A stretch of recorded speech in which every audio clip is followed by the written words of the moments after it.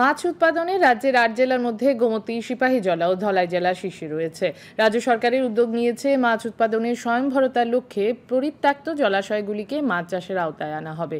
বর্তমানে রাজ্যের মাছের বার্ষিক চাহিদা ১,১৭,০০০ মেট্রিক টন হলেও উৎপাদন হচ্ছে ৮৬,০০০ মেট্রিক টন, বলেছেন মৎস্যমন্ত্রী সুধাংশু দাস। আজ রাজধানীর গুর্খাবস্তি মৎস্য অধিকর্তা কার্যালয়ে রাজ্যভিত্তিক পর্যালোচনা বৈঠকে তিনি একথা জানান। বৈঠকে সচিব দীপা ডি নায়ার, অধিকর্তা সন্তোষ দাস সহ পদস্থ আধিকারিকরা যোগ দেন। উল্লেখ্য, এর আগে গত ১ মে রাজ্যভিত্তিক পর্যালোচনা বৈঠক অনুষ্ঠিত হয়েছিল।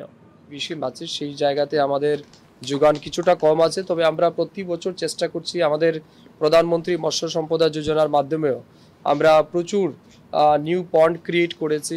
এই বছর আমাদের টার্গেট রয়েছে আমরা আনইউটিলাইজ ওয়াটার বডিজ বা পরিত্যক্ত জলাশয় যেগুলি রয়েছে এগুলিকে আমরা সংস্কার করে মাছ চাষের উপযোগী তৈরি করব। তো আমাদের পর্যায়ের প্রক্রিয়া চলছে। আমরা খুব দ্রুতভাবে চেষ্টা করছি যাতে এই গ্যাপটা ফিল আপ করতে পারি। এই মুহূর্তে আমাদের গোমতী জেলা সারপ্লাস রয়েছে, সিপাহীজলাতে আমাদের ভালো প্রোডাকশন আছে, ধলাইয়ে আমাদের অনেক ভালো প্রোডাকশন আছে।